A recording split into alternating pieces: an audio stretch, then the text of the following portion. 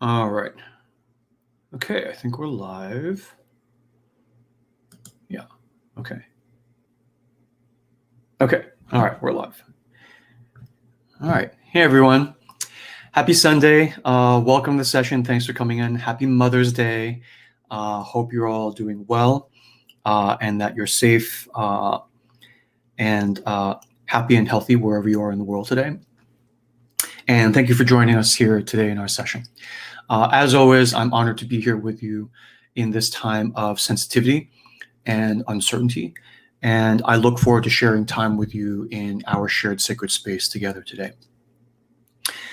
So things we're going to do, let me just make sure our feed is still feeding. Okay. Things we'll do together in our sacred space today is number one, I'll go ahead and set sacred space. And then we will have our topic for the week, which is the key to unlocking your inner vision. The key to unlocking your inner vision, a topic that is near and dear to my heart. And we'll have Gowrie, my editor in Bangalore, come up in just a few moments and share the story she selected that has ended up taking us into this topic. So we'll have our conversation, and then we'll do a little bit of an exercise from there, and then we will close sacred space from there. So in setting sacred space, I'll start by saying that what we would like to do here together is to create a space which is devoid of fear, threat, and control, so that we will be able to open to higher guidance from within our own selves, however we define higher guidance, not from the outside, not from me, but a safe space so that you can open from within to take guidance from, I mean, typically a sort of higher form of inner feminine, right? Your a muse, from your body, from flashes of insight and inspiration, your intuition, however you like to define that. A safe sanctuary space where we can all relax and surrender with no feeling of danger or threat, so that we can partake of the nourishment, the emotional nourishment and the spiritual nourishment that you can basically only get from being in sacred space, either alone or together as a group. In an opening sacred space today, I am proposing, as I do every week, that we all follow the 4 principles of Presidian sacred space. Number one is confidentiality. Standard Vegas rules: what happens in sacred space stays in sacred space. Now that's the rule for when we're in person around the world, sort of meeting and our advisees around the world in small groups. Because we're online, because the feed is public, because the replay will be public, the way we handle confidentiality here is via anonymization.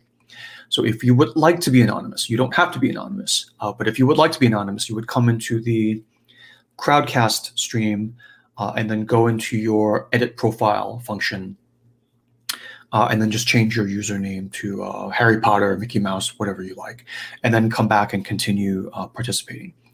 So that's number one, confidentiality, and in this case, via anonymization, only if you want. Number two is that we try to refrain from any kind of feeling that we give to others, and ideally refrain from giving ourselves this feeling of any kind of threat or controlling or hostility, right? Obviously, but also even if it's well-intentioned, right? So we also refrain from the feeling of fixing or intervening or curing, right? So we don't do tough love here, right?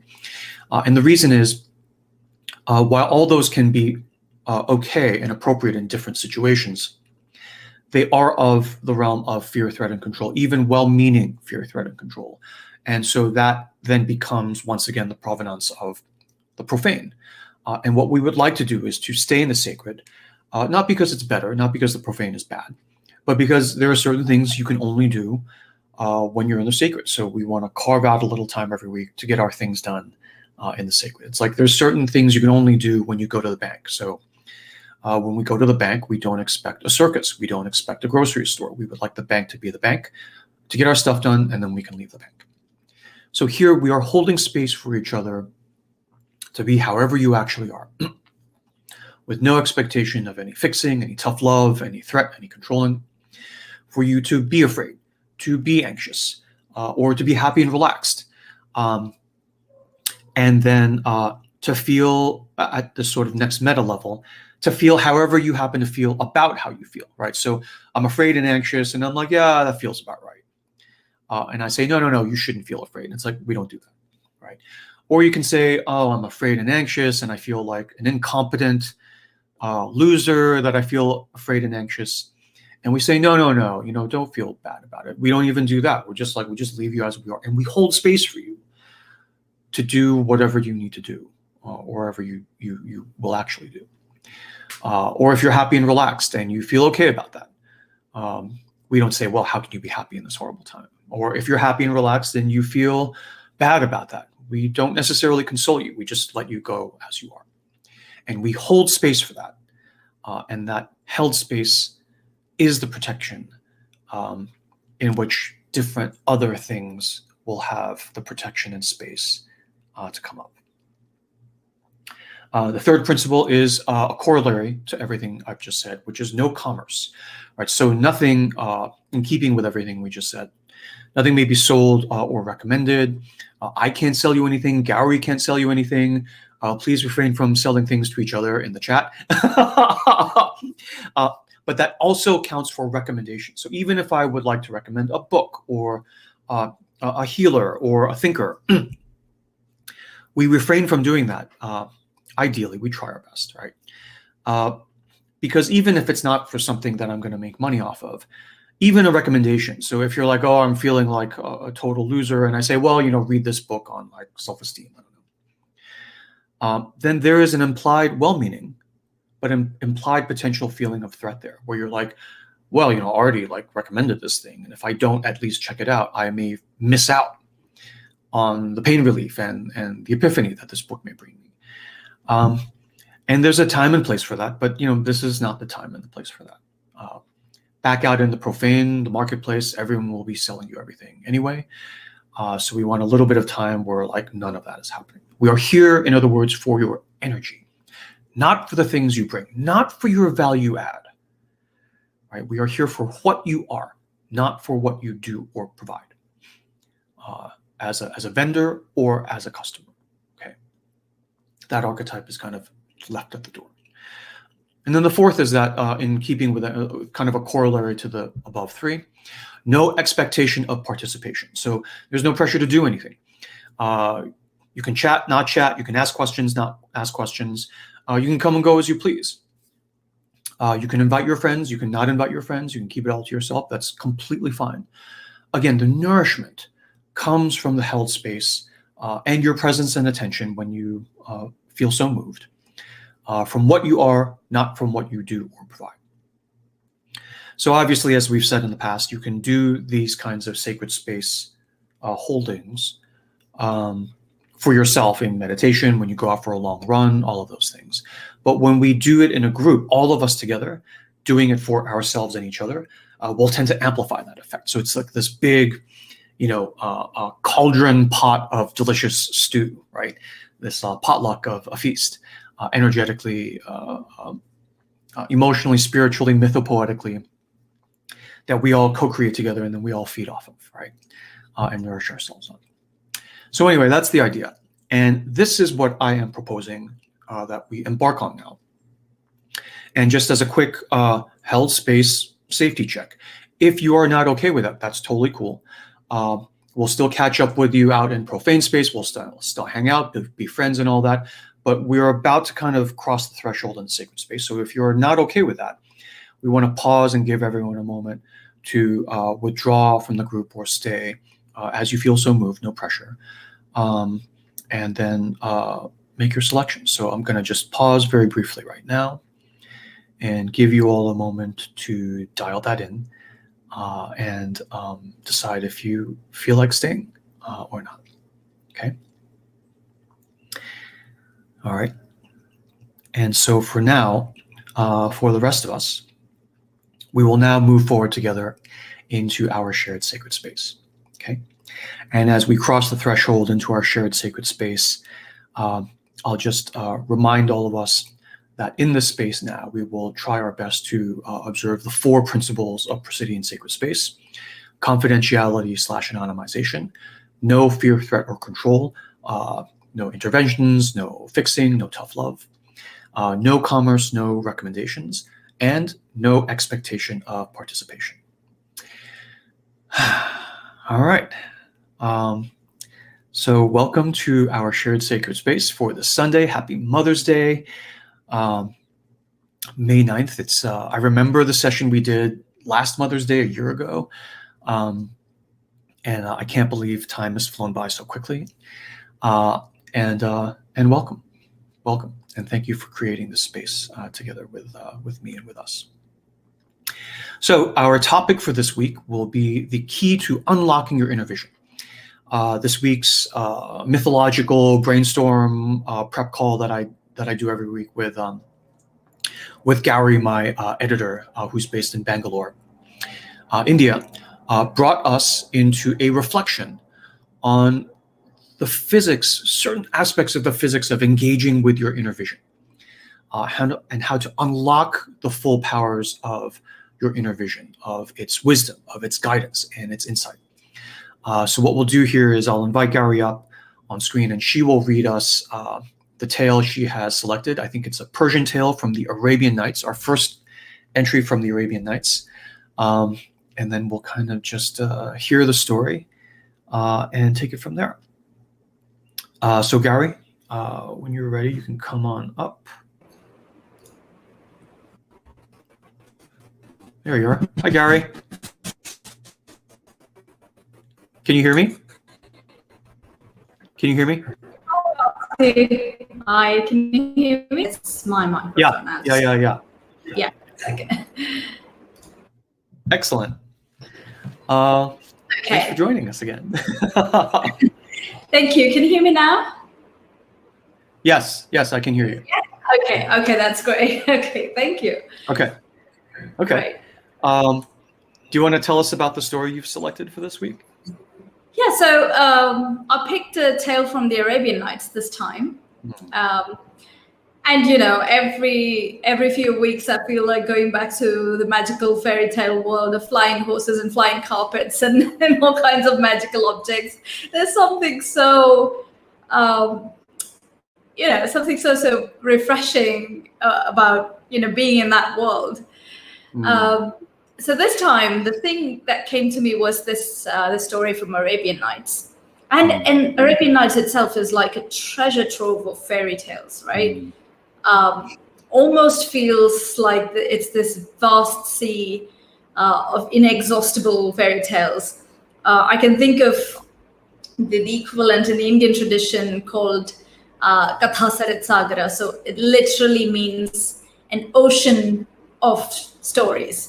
Right, so Arabian Nights itself feels like that. It's like an ocean of stories and so much to choose from.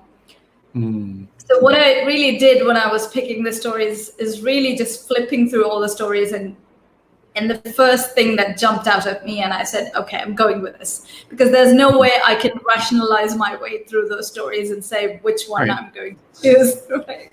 For no good reason. Yeah, for no good reason. Right. So. All right. Yeah, will you tell it to us? So I'll go ahead with the story. It's called The Enchanted Horse, right? So this story starts at the Feast of the New Year in Persia. And long ago in the Kingdom of Persia, the Feast of the New Year was being celebrated. And it's the oldest and the most splendid of all kinds of feasts that are celebrated. And the king himself was presiding over all these magnificent celebrations. And as the sun was about to set, as the king was about to give orders to retire, suddenly there was an Indian who appeared before the throne. And he was leading a horse which was beautifully adorned and harnessed. And it looked, and this is the thing, it looked exactly like a real one, but it wasn't real. So he bowed before the king and he said, I would like to show you this amazing magical horse that I have. And, if you'd be so kind to take a look. And the king saw it, and he said, well, I must admit it's a clever imitation of a real horse. And, possibly a very skilled workman worked on it. But then any skilled workman can do this, right? So what's so special about this horse? And the Indian turned to him and said, well, Your Majesty, this horse is not just special because it looks like a real horse, but if I mount him and if I wish myself in any place in the world, and no matter how distant that place is, it takes me only a few moments to get there. That's what makes the horse so special. And if you will allow me, I will prove it to you right in front of your eyes. So now the king was really interested because this was something out of the common. So he told the man, showing him out of the window, there was this mountain that you could see. He said, do you see that mountain? I would like you to go right down to the foot of the mountain and bring me the leaf of a palm that grows at the foot, and let's see how you do it. So the man, got onto the back of the horse, and then he seemed to turn some screw here and there. And immediately the horse took off in the air, flew out of the window. And within a few minutes, he just disappeared, right? So he'd reached the foot of the mountain. And then before 15 minutes had turned, he was back into the court holding the palm leaf. And then he presented it to the king. So now the king was interested. He wanted this horse, right? And he said, name your price. I'm willing to buy it. And so then the Indian said, well, Your Highness, I'm not going to sell this for money, because the only time I would think of selling the horse is if I receive something of equal value in return. So the king said, all right, what do you think is of equal value? Just let me know and I'm willing to buy it. I'll probably even give you a part of my kingdom, right? And the Indian said, well, I'm most grateful for the offer that you're making. And please don't be offended, but I would say the only thing that is equal in value to this horse is the hand of the princess, your daughter. And everybody burst out laughing, right, when they heard this. And, they thought this was ridiculous, except for the prince. The prince got up and he was outraged at this proposal, right? So he stood up, he drew out his sword, and he said, this is just plain insolence. And I'm going to show you what you get for that kind of insolence, right? And he turned to the king and asked for his permission. If you permit me, I'm going to teach this man a lesson. And the king then said, well, think about it. This is quite a magical object. And, what if I refuse? And this man takes it to, to another king in the neighborhood, and then he offers the same thing to him. And if someone else were to take possession of this horse, I would be distraught. So maybe there is a way where we can sort of bargain for the price of the horse. While I'm doing that, I would like you, my son, to test how good this magical horse really is. So would you mind mount the horse, test its powers while I talk to this man? And so, the Indian said, okay, let me show you how this works. And the prince went and mounted the horse. And the prince had noticed while the Indian had first done the demonstration, right? So he had turned the screw on the right side of the neck. And he did the same thing. And immediately, even before the Indian could have the time to explain how it works, the horse took off. And the prince went up in the sky, higher and higher and higher, until he couldn't see the land below him. And he didn't even know how high he went, because after a time, it was just completely dark all around. He didn't know how high he was. He didn't know where he was. It wasn't even, anything related to planet Earth, or was it someplace entirely, completely different? And he looked all around him and he started to panic, because he hadn't waited for the instructions on how to get back, right? So he started looking all around, tried to find. He thought maybe if the same screw, if I turned it back, maybe it would, the horse would turn back too. And he did that. It didn't work. And then after much fidgeting and looking around, he finally found another screw to the left.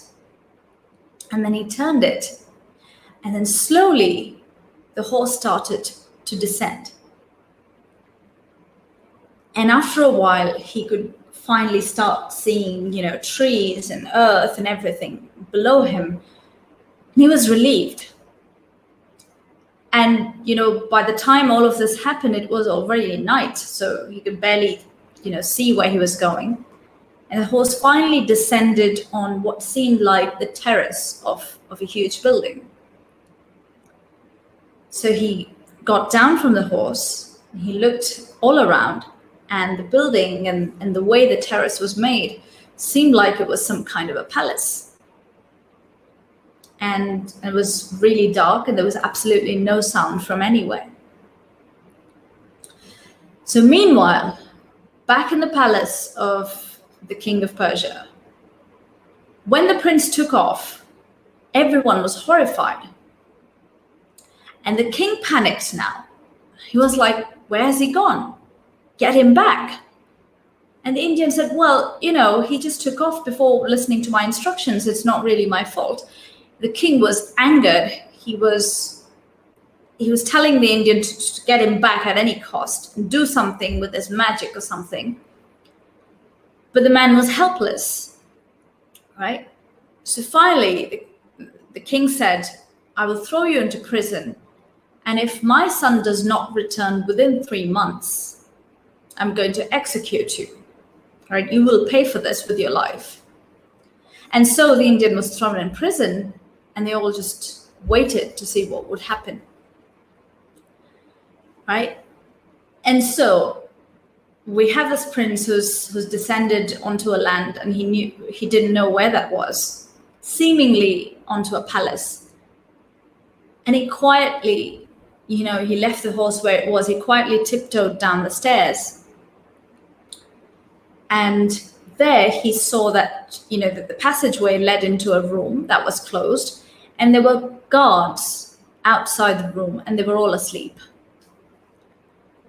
So going by how the guards were all clothed and how the palace looked, he figured that this must be some kind of, some palace in some unknown land.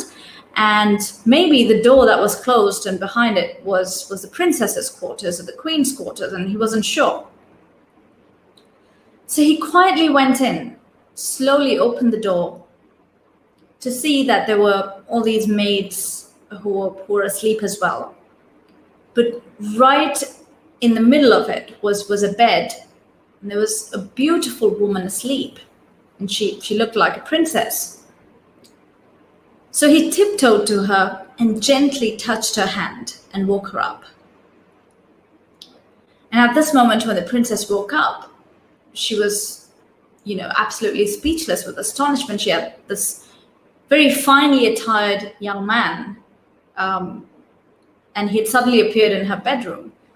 So she looked at him with puzzlement, and And he spoke to her in a whisper and said, I don't want to, shock you in any way, but I'm a prince. I'm in distress because I don't really know where I am.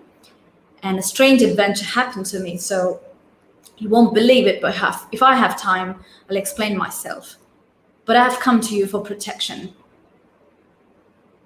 So the princess then woke her maids up and said that they had a guest, a late night guest. So would they then take him to the guest quarters and help him have dinner and serve him and make him comfortable?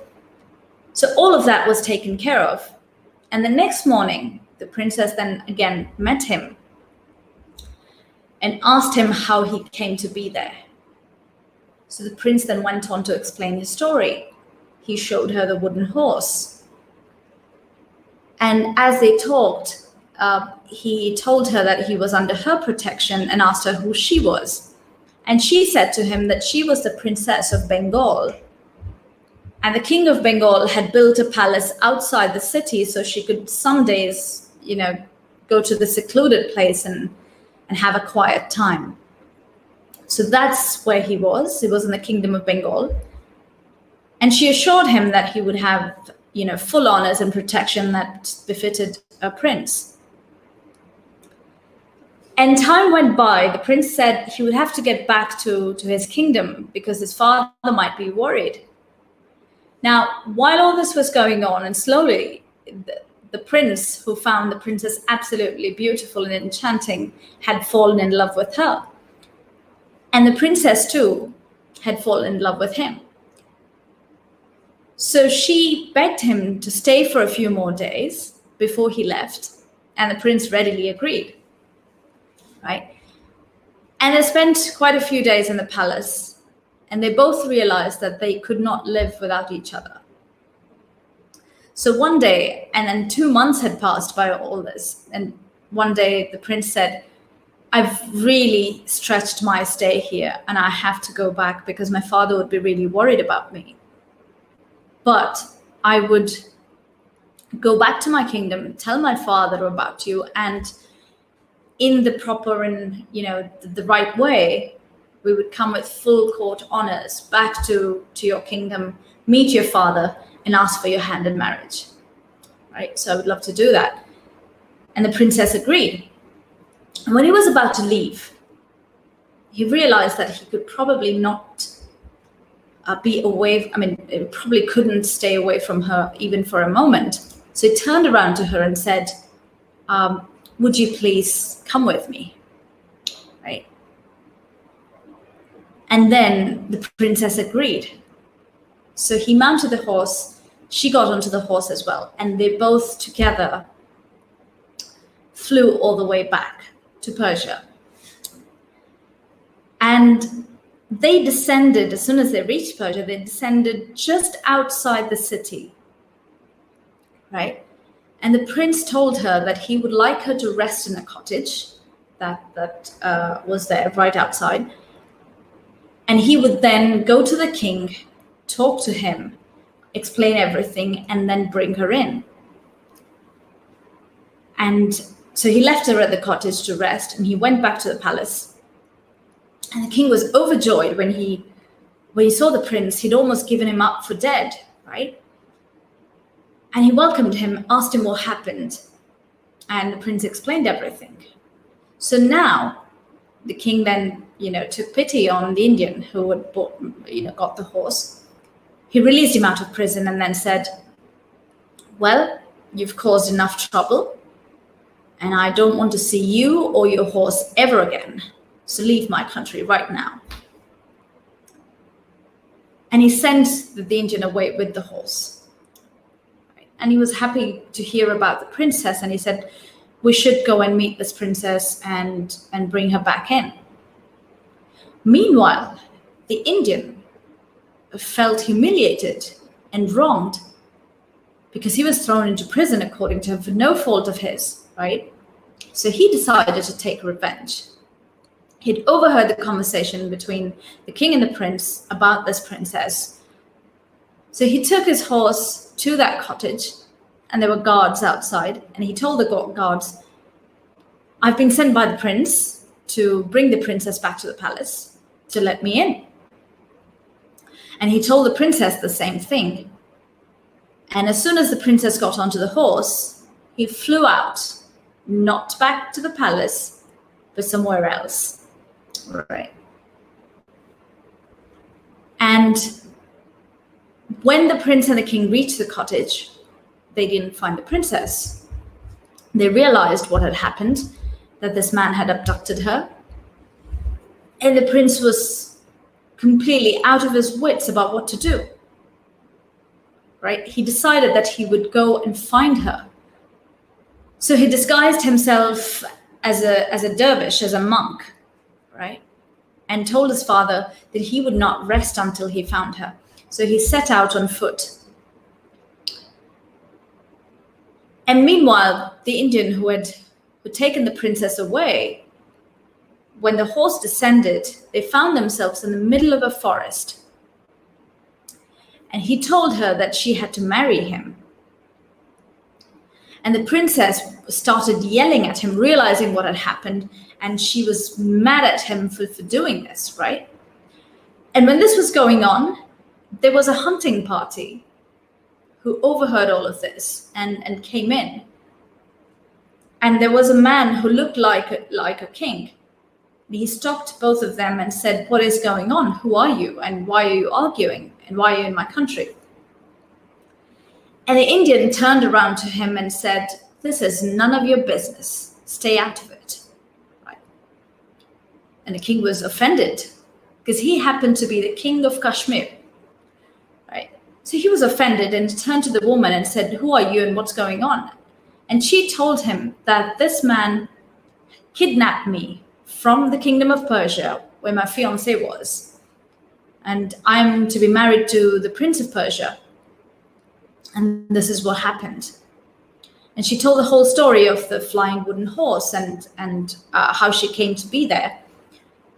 And the king immediately turned to the Indian, took out his sword and cut his head off. But then the princess thought she was out of trouble, but she wasn't. Because now the king of Kashmir said, "You are to come back to my palace." Right? And then he got the wooden horse from, asked his servants to carry it back to the palace. He took the princess back. And as soon as they reached, he said, "Get some rest. And in the morning, we're going to get married." And now the princess completely was outraged, but, she didn't know what to do. And the only thing that occurred to her at that time was to feign madness. She behaved like she had gone completely mad. She turned violent. She started to hurl things at everyone. And she started raving like a lunatic. And then the king got worried that maybe it was the shock, maybe it was, I don't know, it was the weather or what it was, but he thought the princess had turned ill. So he called in the doctors. And the princess knew that if the doctors came anywhere near her, they would figure out nothing was wrong with her. So she would refuse to see anyone and would just violently throw things at people who came to visit her. And that went on for days and days and days, where, she would pretend to be mad. And the king basically could not reach out to the princess and talk to her. And so he sent his servants all across the country to make an announcement that anyone who could cure the princess of her madness would receive a reward, right? And so this announcement was being made everywhere. And meanwhile, the prince of Persia, who disguised himself, was walking about in a town. He heard this announcement. And he had this suspicion that this was the princess who was engaged to him. And he thought he might want to check it out. So he went to the palace and presented himself to the king and said, "I'm a doctor and I would like to examine, what's wrong with the princess." The king then took him to the part of the palace where the princess was and said, "Well, I'll give you a day to figure out and let me know." And when he went in, because he was in disguise, the princess didn't recognize him and she started to throw things. The prince then very softly spoke to her and said, "It is me. I've come to rescue you." And instantly the princess was happy and she started talking back to him, right? And the prince then told her, "I need you to continue to behave mad. And I will figure a way out for us to escape. But first, you need to confirm to me if the wooden horse is still there." And she said yes, and she showed him where it was. And he said, "Okay, carry on like normal, and let me figure this out." And so he went to the king of Kashmir and said, "I think I know I think I know what is wrong with the princess. I have some suspicions and I need you to confirm. Was she in touch with any particular magical object? And maybe it was the magic that went wrong and kind of rubbed off on the princess. I need you to let me know." And the king said, yes, there was this magical wooden horse and she said she came flying on it. And he said, "Good, do you still have it? Because that might be the key to curing the princess." And he said, yes, we still have that. And then the prince said, "Okay, I need you to bring that magical horse to the town square, gather all your town people, right? And let them know there's going to be this event where the princess will be cured. So let them come and be witness to this. Bring the magical horse again to the town square, bring the princess, and I'm going to have some of these, spells and chants ready so I can cure the princess of her madness." And the king was overjoyed. He said, "Okay, all arrangements will be made," and they were made the next morning. The prince then went to the town square. So all of this crowd gathered. They wanted to see what's going to happen. And then the princess came and they brought the magical horse. Now the prince took out all these incense and powders and all of that and started to spread it all around the horse and the princess, made a circle with it. And he started to chant all of these, mostly gibberish, but that sounded like chants. And then he lit the incense, so smoke started to come out. When the smoke rose enough to cover the horse and the princess, he got into the circle, told the princess to mount the horse. He mounted it himself. And he was just about to take off when he called out to the king and said, "Here it is. Here's the word of advice for you, king. If you want to marry a princess, ask for her consent first," right? And then he took off. And this time, of course, he landed right into the palace of his kingdom.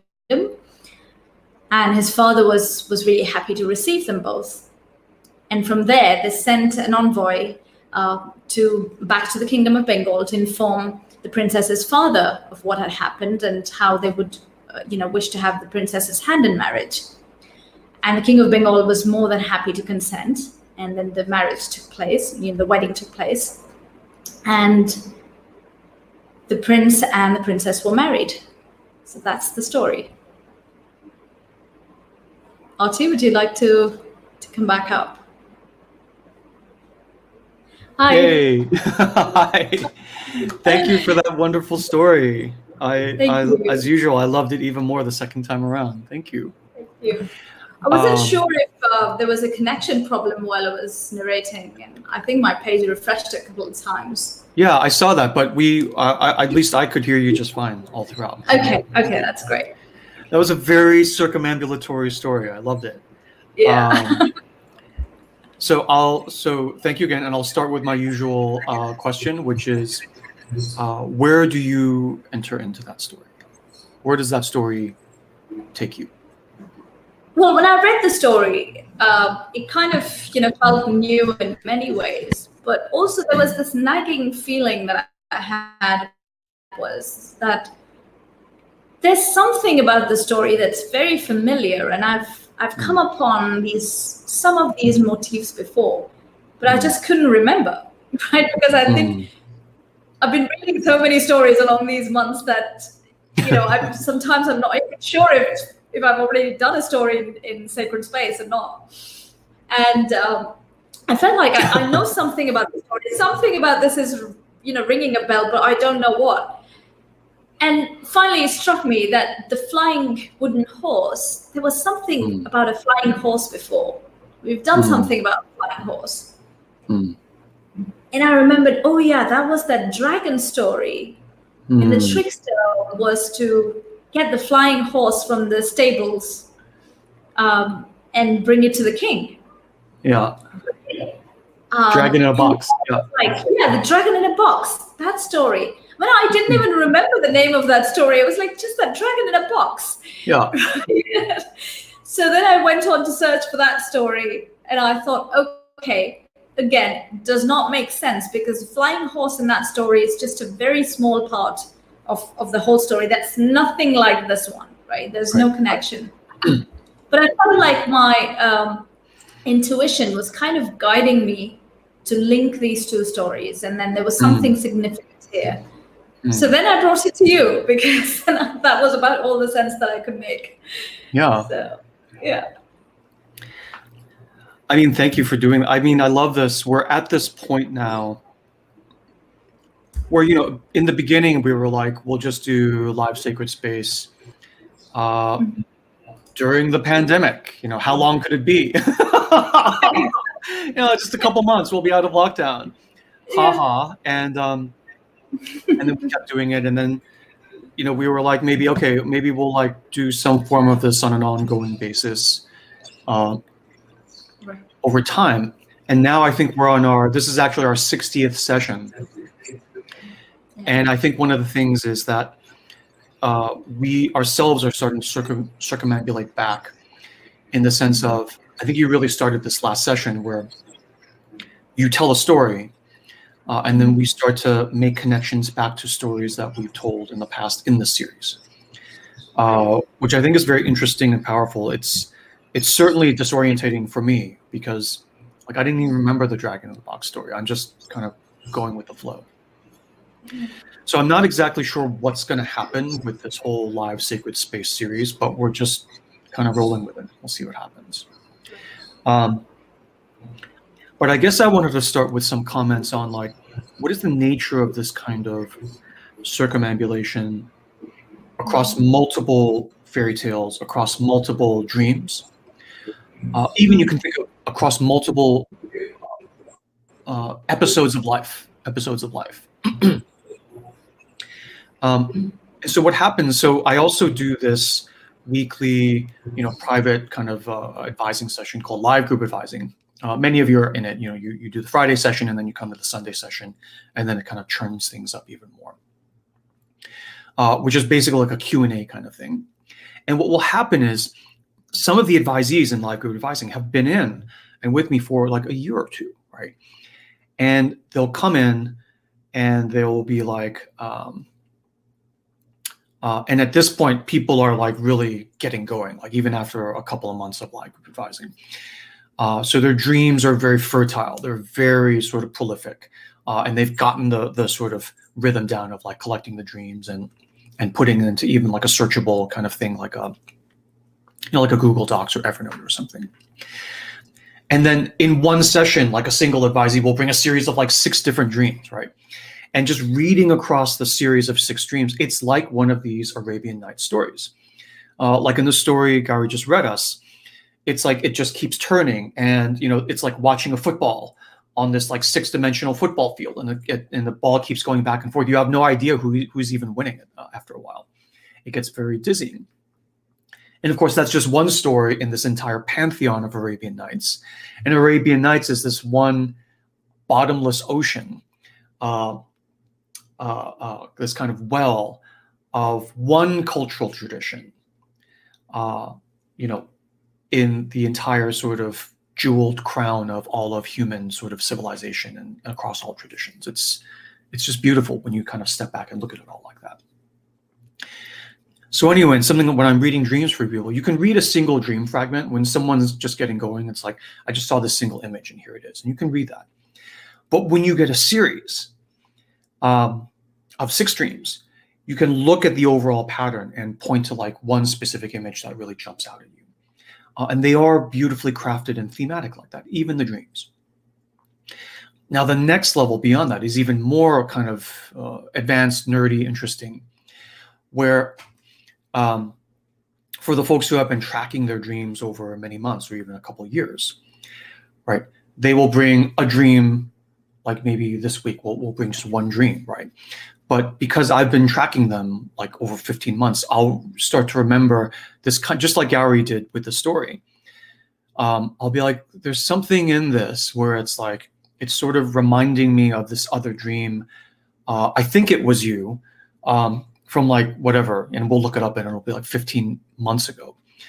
And this dream today will be referencing your own dream, this dream you had from 9 or 15 months ago.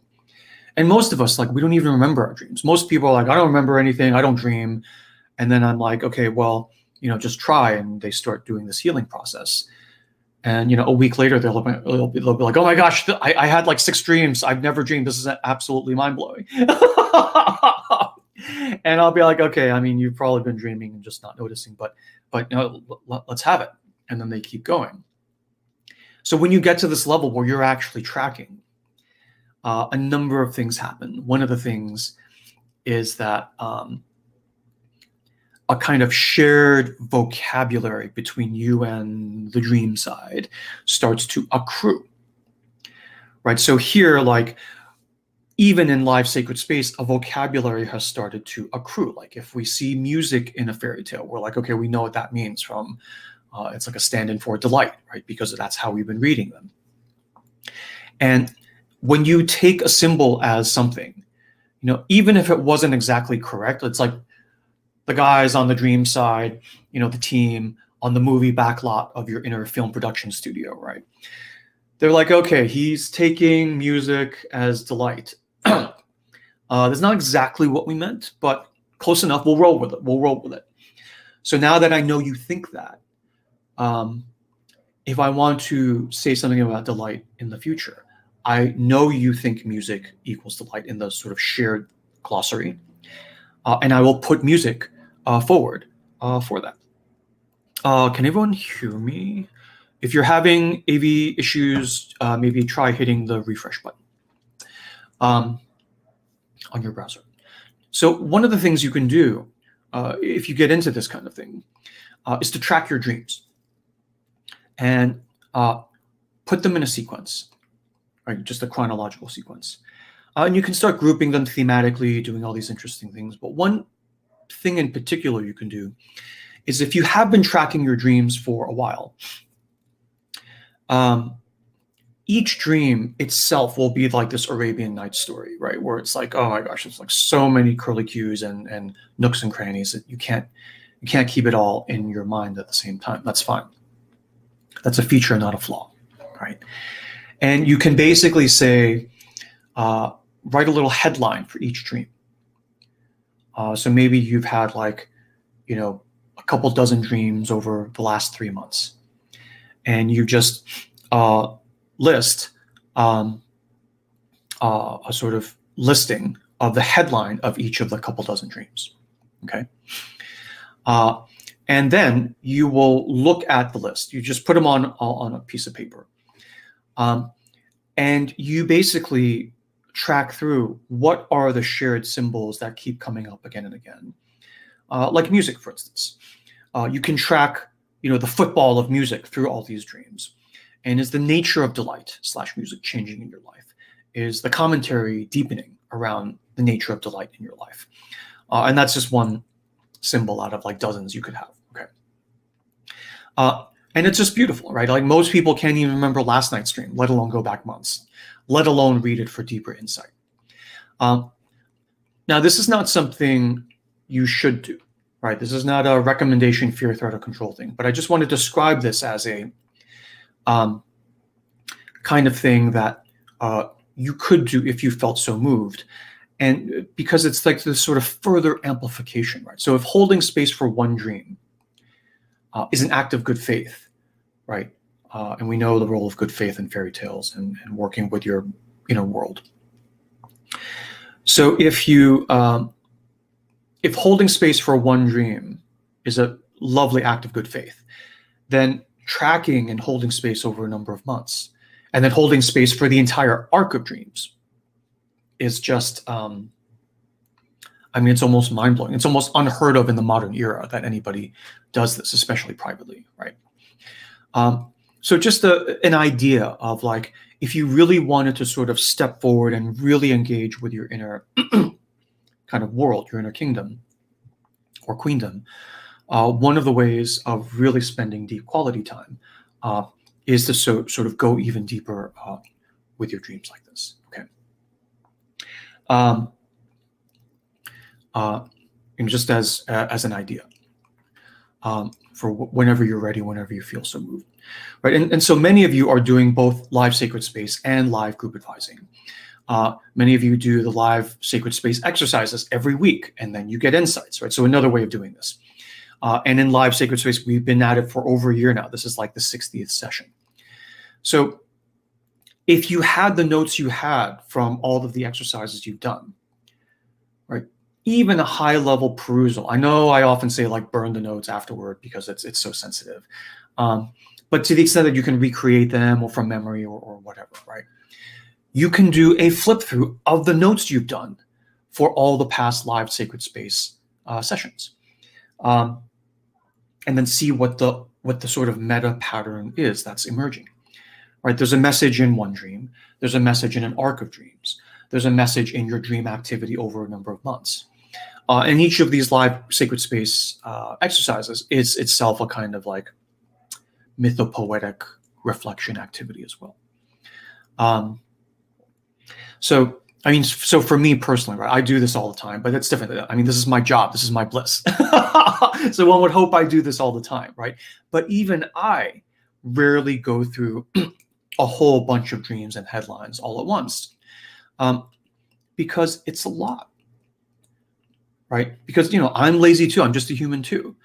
And any of you know, right, who have done this, when you actually plug into your dreams and interview, say, one dream character, you get exhausted after 5 minutes. And the reason is, first of all, it's uncomfortable to talk to this like deep part of yourself that you typically don't talk to. So they're like barfing out all this stuff because, you know, I mean, if you were this part of you, you'd be like, well, who knows when she's going to come back and talk to me again? You got to get it all out now. So even after 5 minutes, like there's like 1,000,000 volts of emotional energy and spiritual energy flowing through you. And you're just done. You're exhausted. And people who do healing with me will often come to me and say, you know, I talked to this dream figure of mine for just 15 minutes and I got exhausted. What am I doing wrong? I'm sorry, I'm doing a horrible job. And my reaction is, how did you even last for 15 minutes? Right? That's too much. You're doing too much. Like, slow it down. So it's a lot to do this stuff, right? It's a lot to do this stuff. The other reason it's scary is because at this meta level, if you're like reflecting and regarding the past 3 months of dreams that you've already read and held space for, the totality of the guidance and insight of those 3 months of dreams, I mean, whatever it is you're gleaning from this entire the collective wisdom of all these dreams, whatever it is they're telling you to do, whatever the direction is they're pointing in, it's hard to not regard that as quite authoritative, if you know what I mean, right? It's not just one dream, it's a blip on the radar. It's like, no, the last 3 months, they're all pointed in this one direction. And these dreams are like a part of you, but they're not you, right? So if they're pointing in this direction where, okay, I get you're all pointing in that direction, but if I go in that direction even 3 more feet, my entire life as I know it right now will blow up. Right? So it's exhausting enough to get the message, then to actually contemplate going in that direction for many people, because the profane leads us in a very different direction. So when we go into the sacred for that long and open up the deep space radar and we get the original, like, whatever directions of where our bliss is and where the meaning and purpose in our life is, we will often find it is like very much at odds with the way our life has accreted right now. All the people around us, the networks, the reputation, how we get money, how we get prestige, how we get love, how we get emotional validation, and we don't know. And the problem is not that, oh my gosh, it will be at odds. The problem is that we actually don't know. So if you don't know, I mean, that's an even deeper problem, right? How can you not know? I mean, most of us don't know, but when you step back and think about it, it's like, if I don't know, what the hell am I doing? Right? What is even the point of anything if I don't know that, like, high level, deep direction? So there's this feeling of like, how could you not at least look at what it is? But then it's like, geez, once I look, how can I say no? Right? So it's this fear of turning over the card, because once you turn over the card, A, you don't know what it's going to say, and B, whatever it does say, I mean, you know, you can go kicking and screaming, but you know you're going to go in that direction one way or another. And that is reasonably, very reasonably terrifying. Why wouldn't it be terrifying?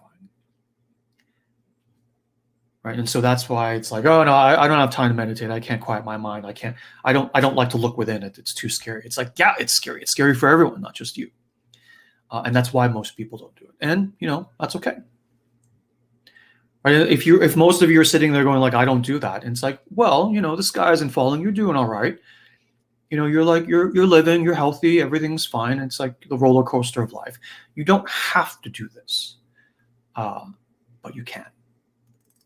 But you can, right?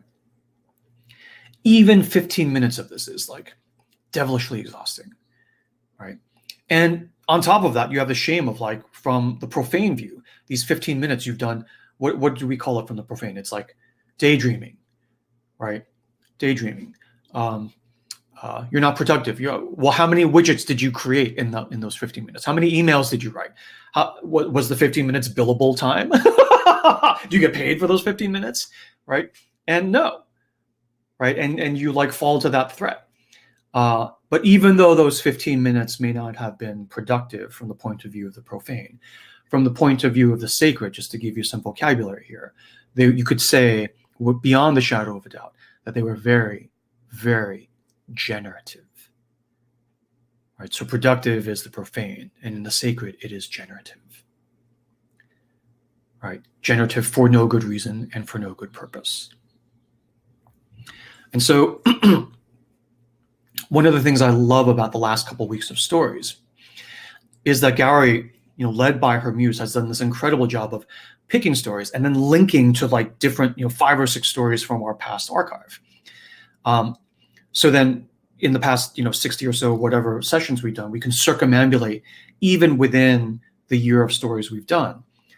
To go even deeper and deeper, so that all of live sacred space becomes an even thicker tangle of circumambulation, and each one of these stories we read is a collective dream, right? However many people sort of end up watching and following the replays, coming in and out, leaving and then coming back again. These are collective dreams that we all share. Each of these stories. And you can read them as meaning something for us collectively, and then individually we'll have our own meanings as well. So one more thing to say is that when you look at a series of dreams, when you watch one of these sessions on one of these stories, any given time you look at it, a different thing will pop out at you. Right? And another way to say that is, no single reading of a dream or fairy tale is ever comprehensive. You wouldn't wish it to be comprehensive. You wouldn't expect it to be comprehensive. Right? Wanting it to be completely authoritative and comprehensive is an impulse of control. Once you say this is the gospel and nothing else, the whole thing starts to calcify and decay. Right? So you look at a session of live sacred space once, you get an insight. You look at it again months later, and you get a second different insight. It's not that you missed it the last time. It's that it yielded something different to you this time. And that's just the stories we did in live sacred space, right? Which is just a speck of dust in the universe of folk tales, mythic traditions, even just of the written record that we know of, right, of the human world, and that's just of the human world, and even going beyond that into like each person's individual dreams. It is inexhaustible. And this inexhaustibility of like this mythopoetic treasure trove, like this endless ocean of bliss, of insight, of gold, right? If you try to control it, you'll feel like overwhelmed. It's like, how do we drink the whole ocean, right? And the answer is you don't, right? When you release and stop trying to control it, it gives you this sense of security, right? I can float in this ocean forever, right? We can luxuriate in this waterfall of insight and spiritual nourishment, emotional nourishment forever. Right? You can live 1,000 lifetimes and you wouldn't exhaust it. And that, to me, is a feature, not a flaw. So anyway, if you come to a venue like this to cure or fix something, that may be a byproduct of being here, but that's not what we actually try and do. Right? You can take a nugget of healing or insight, and it'll fix whatever you tried to fix, and then you leave and go live life. But if you come back at some point, it will always be here. Right? If not in this form, then some other form. It is inexhaustible.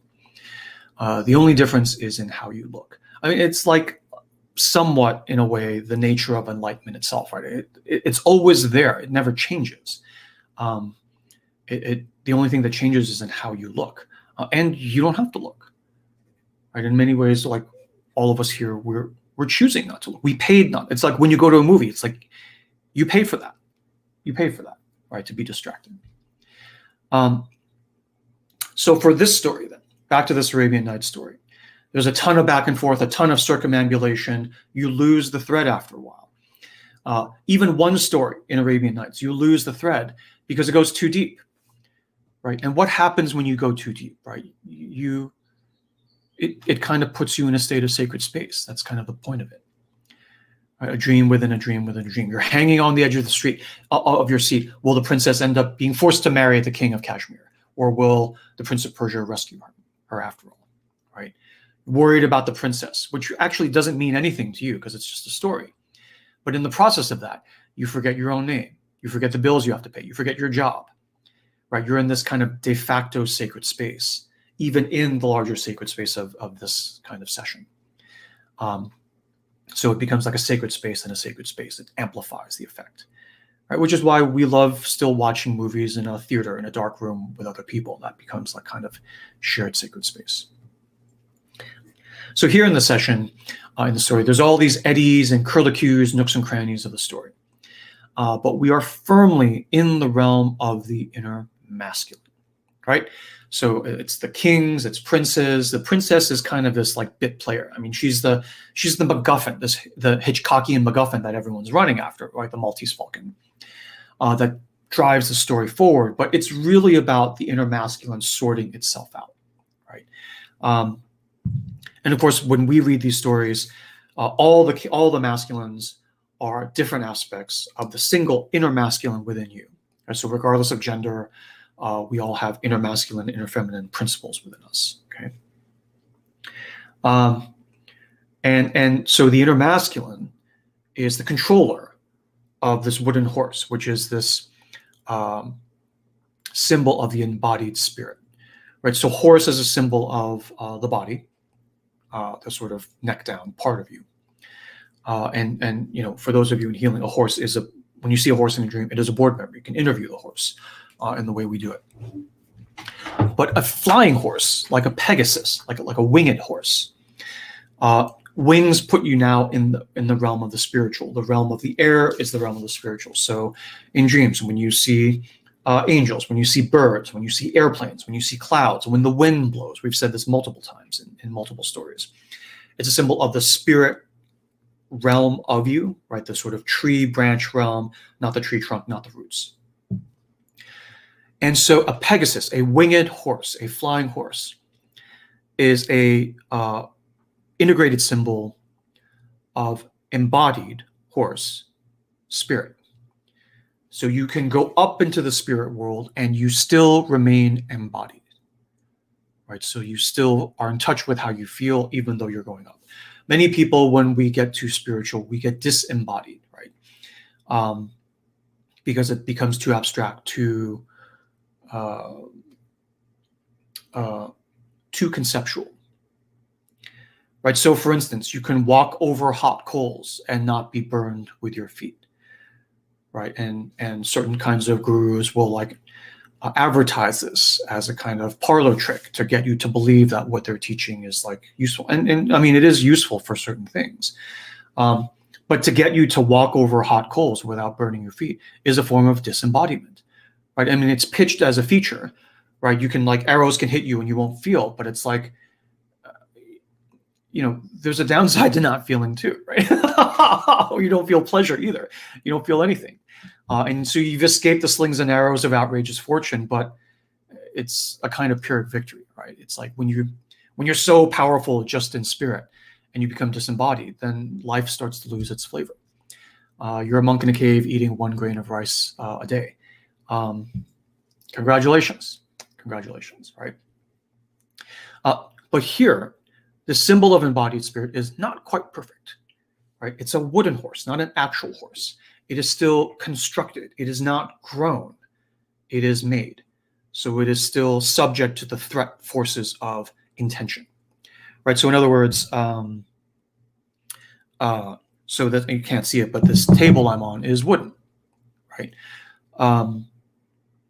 And you know, a table, you can say, is made of wood.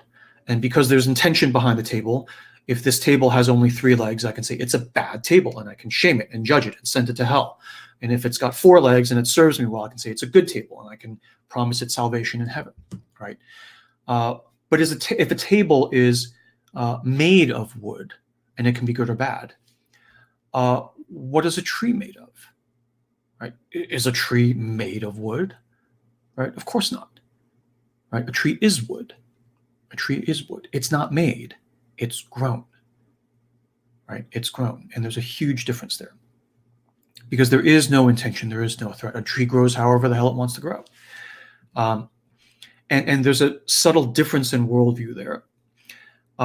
Perhaps at some point I should do a talk on like the 3 grand kind of views, ways of looking at reality that civilization has come up with. You know, basically the Indian view, the sort of Chinese Taoistic view, and the Western view. But that's kind of what I'm getting to here. So anyway, it's a telling point that it's a wooden horse, not an actual horse. And I'll come back in a little bit to why that matters in a few moments. Okay. So anyway, so this wooden horse is subject to the will, even if it is the profane will of the inner masculine, right? The will of the inner masculine that is driven by fear, threat, control. All of the inner masculines in this story, perhaps save one, their will is profane. It's all about fear, threat, and control. You will marry me. You will do this. You won't do that. You will give me your daughter's hand in marriage. So the Indian comes in to trade this horse for an upgrade or a promotion, and he wants the princess's hand in marriage. He probably has never even laid eyes on her, doesn't even know her name, right? She's just an abstraction. She's just a pawn on the chessboard for him to get more money, prestige, and all the rest of it.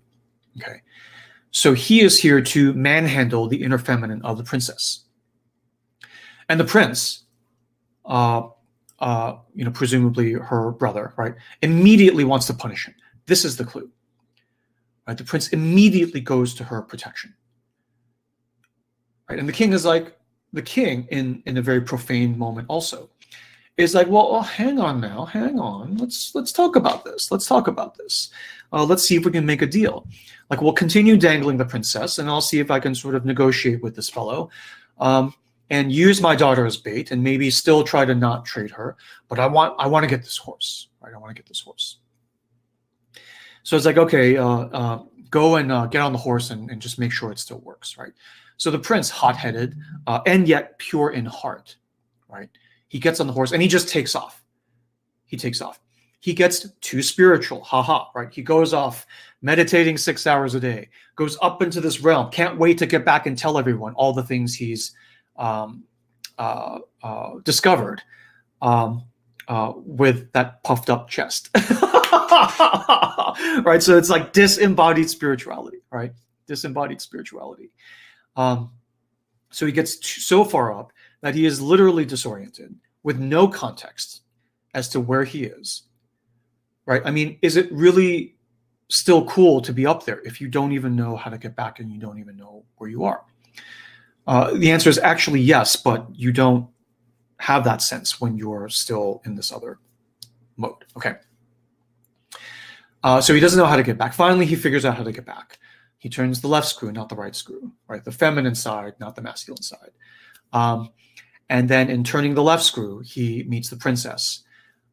Through this journey, the circumambulation of being too spiritual. And they fall in love. And then he takes off.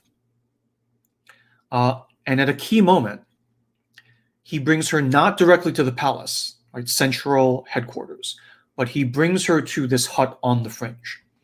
And this is a key point, right? He leaves her out of his conversation with his dad because he leaves her in the hut and says, okay, just hang out here. I'll go talk to my dad first without you. And it's like, why would you do that? Why would you leave her out of the conversation, right? And this is the key mistake that almost loses it all for him, right? So then he goes, only the masculines are conferring, the Indian magician, the father, the son. There's no feminine there, so it's like red alert, right? And it's not just, if it were all feminines and no masculine, it would be similarly lopsided, right? So now coming out of this lopsided conference, the Indian magician then tries to exact vengeance. He tries to steal the princess. So that's 2 strikes, right? He tries to sort of get her hand in marriage without even knowing her. And then he tries to kidnap her. And then I guess the 3rd strike is he tries to sort of, control her from this other Kashmiri king and a masculine. And then he loses his head, right? He has gone too far in his attempts to control in a disembodied way. And the symbol of this disembodiment is his head gets cut off and he loses his agency. Because the head is again the symbol of the intellect, right? The head is like the tree branches, the upstairs of the house. The trunk is here, and then everything is lower down. So,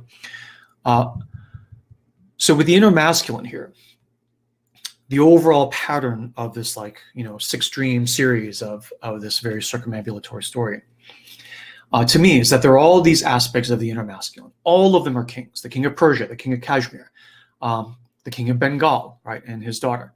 The magician, and only the prince is this emerging inner masculine, the only one of the next generation. So when we read dreams, when you see babies or children in dreams,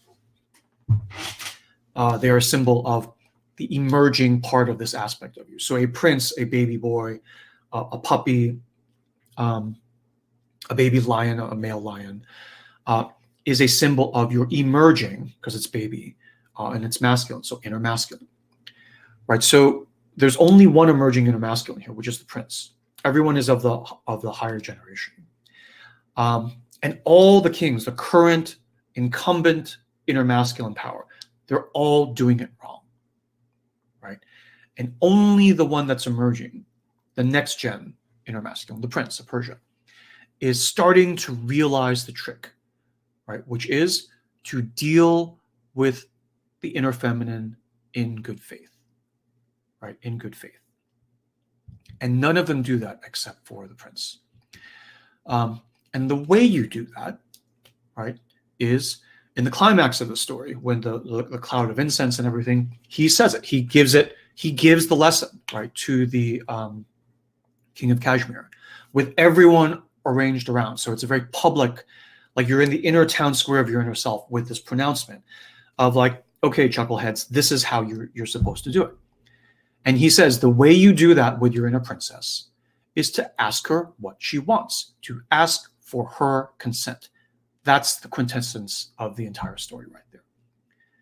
Right now, your inner feminine, just like the inner masculine, may have her own circumambulation, and there's a evil stepmother version of her, and a nice mom version of her, and false princesses, and the true bride, right? So you hold space for her and give her time to figure that out too. That's fine. But when she realizes it, or even along the way, you do what she wants, right? And the reason you do what she wants is of course, because the inner feminine, as we always say, is the holder of vision within you. Right? If she is the holder of vision, the inner feminine, the muse, right? The muses are all feminine for this reason. The mothers of the muses, the three graces, are all feminine, and the three graces are all the daughter of the sort of uber mother feminine, female goddess, mother goddess. Right? So if she's the holder of vision, why does no one consult her? Right? This is all within you.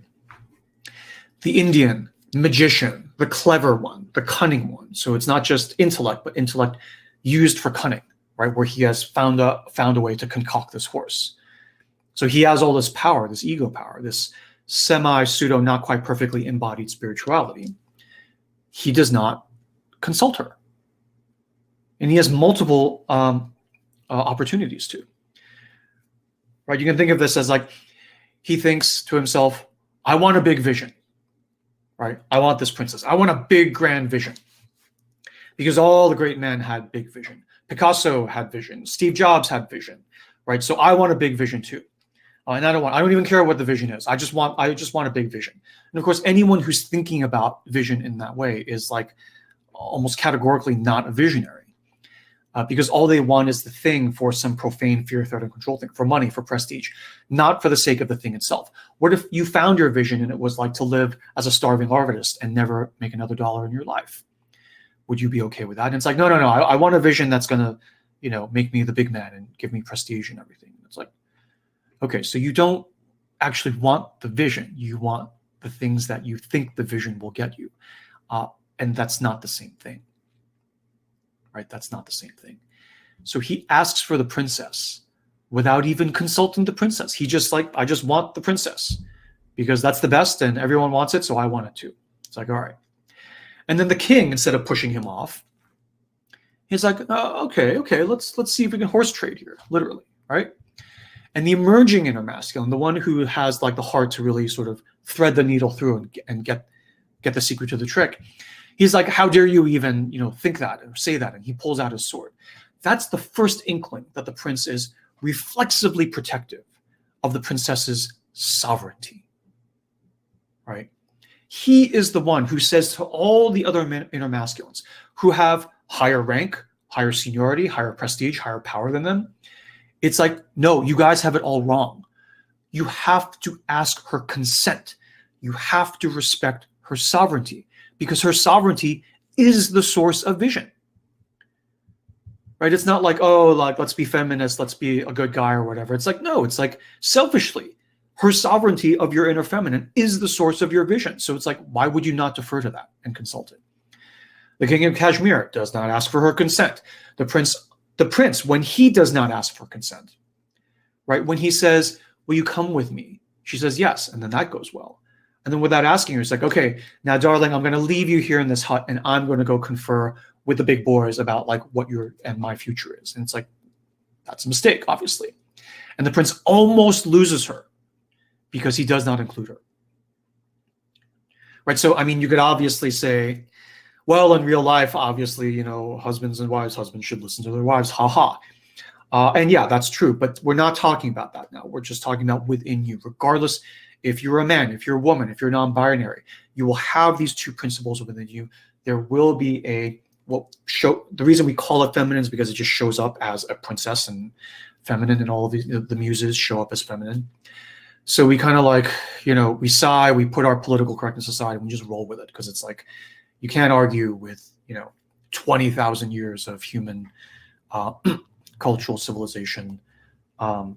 So we interface a little bit to like get the sort of juice out, and then we kind of, dress it in modern terms as well. But when we're reading dreams and we see a princess, we're like, oh, forgive us, but we're going to regard her as the inner feminine, right? Not the female, but the feminine, the principle of feminine. So when he doesn't include her, right, when you leave her at the hut, it degrades. She slips into the hands of the Kashmiri king. Right? And these are all different aspects of the same inner masculine.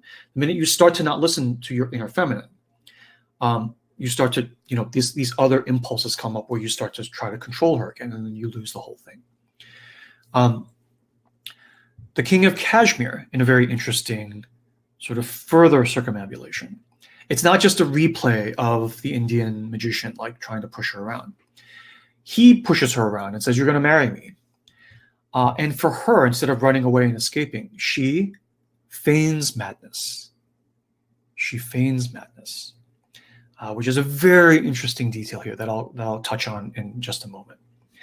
And then finally, when you lose the princess, and you see this in fairy tales the world over, the prince devolves, right? He devolves into a lowly monk, grows a beard. She doesn't even recognize him the first time he sees her. She sees him. So your nails grow long, your beard, your hair grows long. You know, it's like you've been in pandemic for a year. You're like, you kind of like fall apart, right? And you become this, just to reference for those of you who have been following, you become like a frog, right? You go into grief. You do not wipe the water from your eyes. You do not wash your hair. You do not clip your nails, right? And all these stories in the past months we've had around like the physics of grief, you go into grief when you lose the princess like this, right? There's a loss of prestige.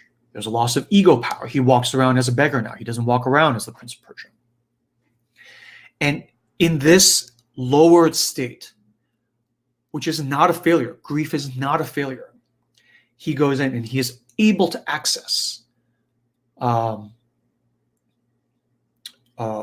he's able to infiltrate the kingdom in this lower state to be able to rescue the princess. Right? He doesn't go in guns blazing with the army behind him. And this is exactly, I mean, there's dozens of examples I could draw here, but this is exactly like Odysseus coming back into Ithaca in the Odyssey.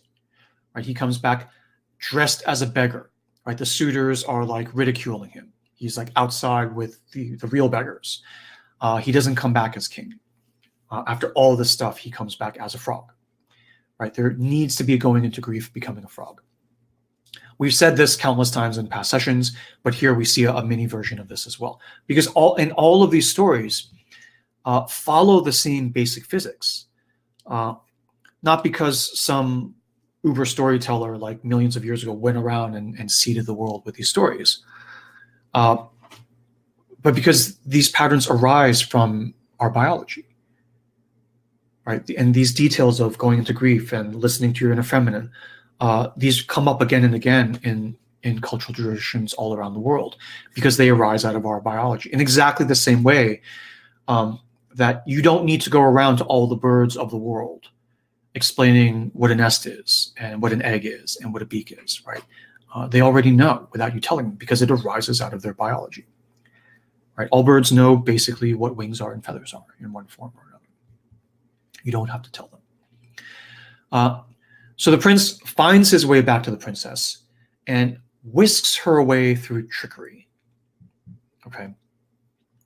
And again, while we're on it, just like Odysseus in the Odyssey, who blinds the Cyclops Polyphemus and doesn't just blind him and run off, but as he's sailing away, he says, "I'm the one who did this to you.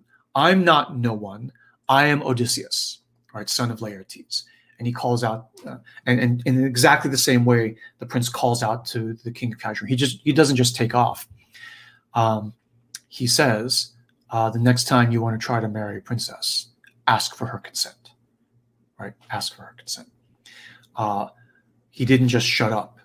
He actually left his calling card. Right? That's the pleasure. That's the added pleasure of the trickster. And so this then is the crux of the entire thing, to ask for her consent. Right? Now there are a couple of other fine details here I'll just touch on.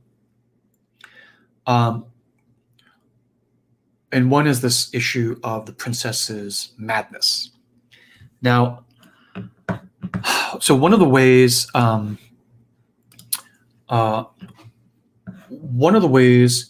vision will present itself to you if you do not ask for her consent and you do not respect her sovereignty. And this is not the only way, but this is one of the ways, is that she will present herself as madness. think of all these artists we know of in our cultural traditions, right? Raving lunatics, right? Alcoholics, cutting their own ears off, right? And the modern scientific view is that, oh, well, they, in hindsight, we can diagnose them as bipolar, which basically is a fancy way of saying, like, we don't know, right? When you say someone's bipolar, I mean, friends of mine who have been diagnosed with bipolar, when I ask them about it, they're like, yeah, we go to doctor after doctor, and after a while you realize it's just a name they don't actually know, right? And everyone's like throwing darts at the dartboard, trying to figure out medication and everything. But anyway, you know, the profane, the scientific side always needs to sort of at least tell themselves they have some semblance of control. And that's okay. That's the nature of the realm of the profane, right? But the modern view is that, well, they just had bipolar. And then as a byproduct, it led to these paintings, which are actually the portals into the sacred, right? And these port keys into the realm of, into the state of aesthetic arrest. But yeah, these are just byproducts, like spasms, resulting from this scientific chemical imbalance in their brains, right? Science always hand waves through whatever doesn't fit, whatever is a bit too beautiful to be explained. Oh, this is random chance, right? And we look the other way. So when you leave the feminine out of decision-making, when you force her out of configurations, not even consulting her, right? And she still has power, right? When you're like, I mean, say Van Gogh, and you're like, well, you know, I guess I have to paint. I have to paint, even though like my brother Theo is like constantly haranguing me to like come back into like normal life and blah blah blah blah blah. She will still come through, but through the sort of twisted little bit of a needle sort of head that you've left, right? For her to contort herself to get through the last opening you've left for her, she will appear as stark raving mad. Right? You're like, well, no, I would never do that to my muse. What are you even talking about? So let me quote some of the things that might contort the last remaining opening into making her stark raving mad. You know, and these are often voices of your parents and of polite society. So for instance, it might sound something like, what do you mean you want to be a sculptor or a dancer? You have been the medical officer of this prestigious institution for 30 years. Think of all the lives you've saved. Think of all the money and awards you've made. Think of all the other little doctors you've like born up. You've done this. You've paid all your dues for 30 years. And now you want to throw it all away to be a dancer?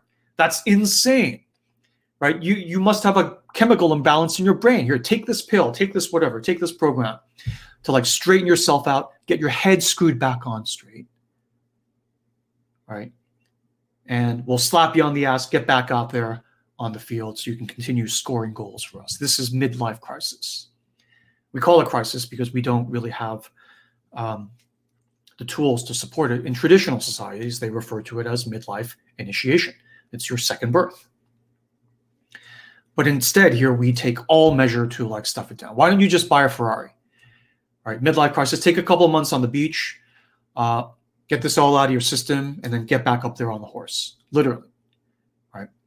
And all of this is said with good intention, right? It comes from a place of love. You're like colleagues that you went through medical school with. You're like, dude, you worked 30 years for, I would kill to be in your position, and I didn't even make it that far. And now you're going to throw it all the way to be like a sculptor, a dancer, the thing you liked when you were 7 years old. What did you even know when you were 7? Right? This is insane. Right? As your friend from medical school forward, I'm going to force you through this, get you on medication, get you back on the horse for your own good, because I love you, right? And so the visionary part of us, and I'm not saying this is bad, this is what the profane, this is what love looks like in the profane. Perhaps you can say it like that. So this visionary part of us was manhandled and suffocated for so long. It says we are not doing this anymore. I have been patient enough, no more. Right? We're 50 now, we're 60 now. It's like, how, you know, well, the shot clock's running down. We got to get going.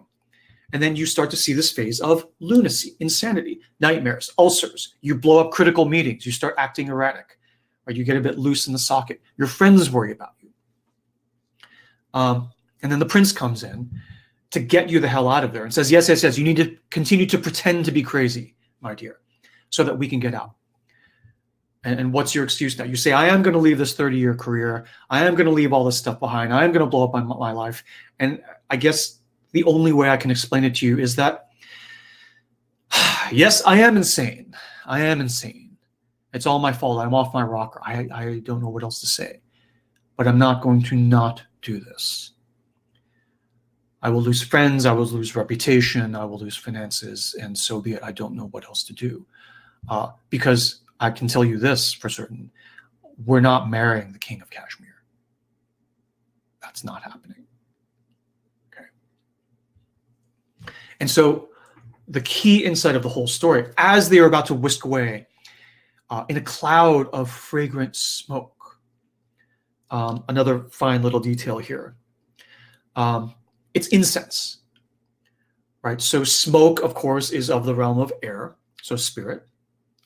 Right, sort of wings, birds, clouds. Smoke is a kind of cloud. And it's fragrant. So fragrance is something you detect with the nose. So it's a symbol of instinct, right? Well, just like in the last session with the scented flowers and the scented oil. Scent and fragrance in a dream, anything to do with your nose, not always, but for the most part, is a symbol of your instinct, right? You come out of a business meeting and you're like, yeah, everything looked fine. The due diligence was all fine. He was fine, but just something doesn't smell right here, right? Something is just a little bit off here. And the wiser investor in business group will be like, okay, tell me more about that. Instead of saying, no, let's just keep going, right? So incense itself is similar to scented oil in the previous session. Where incense is an intrinsic pairing of instinct, fragrance, and spirit, smoke. Whereas scented oil was an intrinsic pairing of instinct, scent, and embodiment, oil. It's what you put on your body, and it's scented. Incense is something you breathe in through your nose and is scented. Right? So different angles of looking at the same crystal. So in this cloud of fragrant smoke, right, instinct around the spirit, as he is sitting on the flying horse with the visionary feminine, with her consent, who is only appearing to be insane. All the symbols are coming together. Flying, the flying horse, multiplied by smoke, multiplied by inner masculine, inner feminine, together in harmony, multiplied by the entire kingdom watching this. This is a public announcement in your own inner town square of this key critical insight. This insight coming from literally embodied instinct integrated with the spirit. Everything is amplified to say, and what is the payload?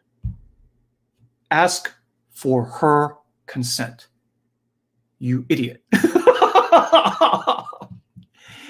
The center hub of the entire story around which all the circumambulation turns is this insight, this dictum, if you will, of like, you know, if you want full integration of inner masculine, inner feminine, this incredible life, this incredible flowing through, fruiting and thriving of the kingdom, yeah, you need the inner feminine, you need vision. And to unlock vision, to unlock the inner feminine, to like welcome through all of her gifts and fertility and generativity, you ask for her consent. Period. That's it. That's the key to the whole thing. Right? This is very similar for those of you who have been in my retreats. Like 2 years ago, we were before lockdown. We were, I think, in the Napa retreat, in the LA retreat, in the Paris retreat, and in the Rome retreat outside Rome. We did this Arthurian mythic story of Lady Ragnell. Right? And this was a very similar central theme to the crux of Lady Ragnell as well. Okay. And so the last image I will touch on here is the image of the flying horse that is wooden. This is the other thing I promised to come back to. So this wooden horse is almost like a statement of the wound, the original wound right at the outside of the story, right? So this horse, it is a horse. It does fly, but it's not a living horse. It's like a counterfeit copy of the horse. So there's a sense of calcification, of stiffness, right? So we take this as a symbol of like integration of spirit and body, you know, horse, winged horse, flying horse, spirit and body, the horse. But we take it too high, right? Even that becomes disembodied. And when it's calcified, when it's not quite perfect, this integration, it enables all of this manhandling of the visionary inner feminine princess, right?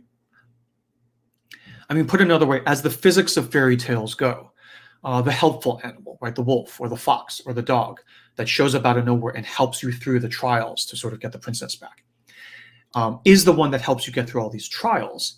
But typically it's a living being and it talks to you, right? And it tells you what you need to do, and often will go ahead and do it for you, okay?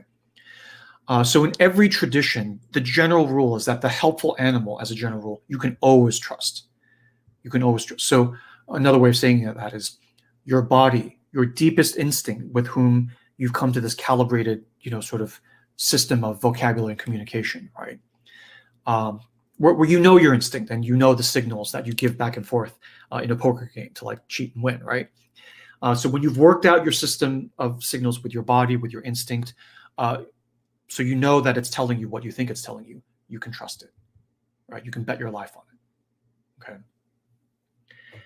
And here the initial problem is the horse that you brought in, like the princess who is acting insane, is a wooden horse. It doesn't talk to you, right? You can't ask it what to do. You don't say, Pegasus, fly me to Crete, right? You have to turn screws, literally turn the screws on this thing to get it to work for you, right? And so another way of saying this is a wooden horse, where you envision it as wooden. You envision it as an object that you just use, right? You don't have the presence of mind to actually treat this horse like a Pegasus, as an equal. And that's the key to this. The key is to treat the princess, obviously, as an equal and ask her consent. But also the key is to treat all of these magical things that give you all the superpower, treat them as equals. So you are not just telling them what to do. You are asking them for guidance and wisdom on what ideally you want to be doing, right? They have a vote. All of these board members, as we call them in healing, they have a vote. I mean, speaking of Arabian Nights, it calls to mind this sort of archetypal image of, you know, the genie in the lamp, right? You rub it, the genie comes out and grants you 3 wishes. And of course, you know, the sort of you know, civilization, Western civilization, the key thing we always sort of snivel and try to do is like, oh, you know, can we wish for more wishes, unlimited wishes? And it's like, okay, and they cut that off right at the start. You can't wish for more wishes. And so no matter, I mean, as these stories go, no matter what you wish for, you always mess it up, right? And you can't ask for more wishes, right? Life does end after 3 wishes. And so what is the trick here? How do you know what to wish for? How do you know where to go with your wooden horse, right? And no one ever thinks to ask of the genie, of the horse, of the princess, their guidance, right? You can ask the genie, what would you wish for? Right? And it's not even a wish. I still get 3 wishes after I ask that. It's just a question. It's not a wish. Right here, if the horse were living, i.e. actually animated with your life force, not just this dead thing, right? The first thing you would do is ask the horse for its consent. Hey, how's it going? You're like, we're the buddies in this cop movie, right? In this cop buddy movie. So what do you want? Right? What are you doing here? What can I do for you? Right? And the thing is, the magic of all this is that in a fairy tale or a dream, you can talk to anything. You can talk to the inanimate horse object, and it will talk back. Right? So consent, and counsel and wisdom of the horse and of the princess.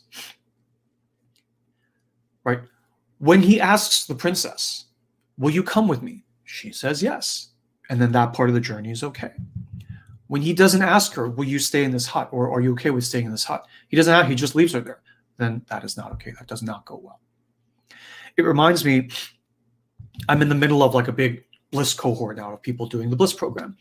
One of the exercises there's this whole thing, side thing of explaining what the monkey mind is and how your monkey, the chattering nervous voice in your head that won't shut up when you meditate, for instance, right? How you can call it to you and confer with it and ask it to act more like a genius, like the Roman sense of the genius. Long story short, kind of like a genie who grants wishes, right? And this past week, some of the advisees come back, as they always do, and they're like, I'm asking, I'm not getting any answers. I don't know what to ask. And I'm like, well, what are you asking? And it's like, well, I'm asking like, where should I live? How do I make more money? How do I solve this problem? And I'm like, okay, well, one thing you can do is change the level of your question, right? To say, if the monkey mind genius is not answering you, because it loves you, it's looking out for you. So your own monkey mind genius will often stop your request because it knows it's the wrong direction, right? This genie is in the boat with you, so it has a stake. so it wants you to win, right? It wants you to win. And so you can take a step back and say, well, let me ask you then, monkey mind genius, what question do you feel I should be asking? Right? What would you like me to ask? Right, so one of the advisees in the Bliss cohort this time is a life coach. It's a coach. She has a good lifestyle. She has a great client base. And she was asking her monkey mind genius, well, where should we live next? Because we can live anywhere. Now that COVID's living, where should we live? She doesn't get an answer. So she's like, well, what am I doing? I'm like, well, forget about that. Ask the monkey mind genius, what do you want me to ask? And that's a terrifying question. Because if you're this coach, maybe the monkey mind genius will turn to you and say, I want you to ask me if you still even want to be a coach. And your response may be, hell no, I'm not asking you that. I don't want to talk about that. Just tell me where we're going to live. We have this great lifestyle. We have a great everything. It's like, how dare you ask me to ask you that question, right? But it's like, basically, if you're going to go do this thing, right, and you're going to go to this thing, this part of you, this powerful, this princess part of you that has the power to manifest anything for you, to lay out any vision for you. One of the most powerful things you can ask it, this inner vision part of you is, so what is your opinion on all this? Like going back to the genie, you can say, all right, pleasure to be in touch with you. Thank you for like not blasting me into a million smithereens. And may I ask before I start thinking about my wishes, you are the genie that all these hapless other adventurers have come across for thousands of years. Do you have any pro tips and pointers for me?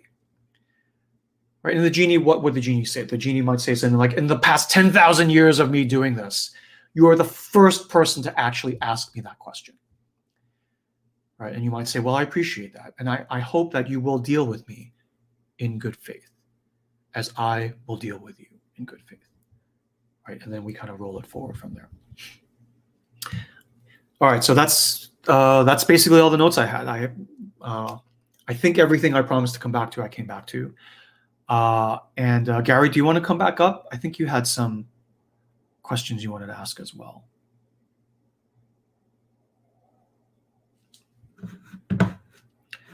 Where is Gary? Oh, maybe she lost the connection. Let me try to. No, you appear to still be on screen. Oh, I think Gary's computer has frozen. Okay, so let me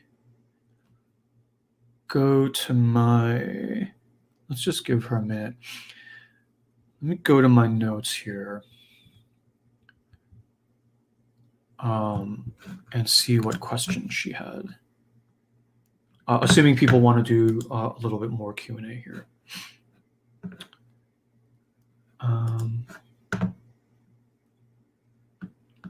Scroll down and see what Gary has put here. Okay.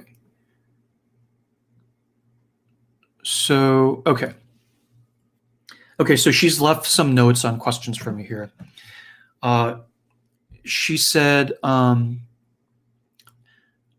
me just read this here. Like I mentioned, so many parts of the story remind me of the dragon who was tricked story. So the dragon in the box story, for those of you who remember. I think I'll ask Gary to put the link for that story up here. And she says the first thing was how the king asked the trickster to bring the flying horse to him. And he delegates it to the younger inner masculine, just like this prince thing, right? And when he brings the flying horse back in the story, the king doesn't even want to fly it. He asks for the next magical object and the next magical object. And she says, we see the similar attitude in this Persian king who tells his son to test the horse. He doesn't think of flying it himself. And she says, would you share your thoughts on this dynamic of the king who sends the emerging inner masculine to fly the horse and go on all these adventures, the king himself, this more incumbent, calcified, authoritative part of yourself, not wanting to go ahead and do it itself. And for me, the way I think about that is when you get on the flying horse, it's this next level of the power of traversing the realms, like going into the spiritual, going down into the chthonic. And you kind of leave that for the next generation of yourself, the babies and children's in dreams. And typically, I mean, just like with sons and fathers, on the father's part, there is this risk of fear of loss. So like with actual parents, right?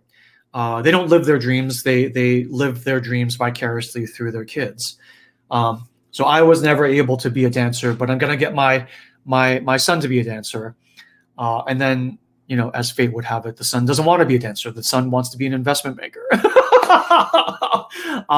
And that's always how it happens, right? So I think that's the first question. Gary, are you back? Come on up. I can kind of see her.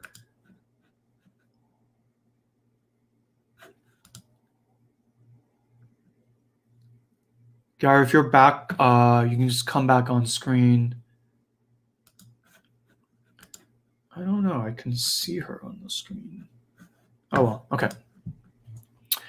Let me see if she's got any more notes here. Hi.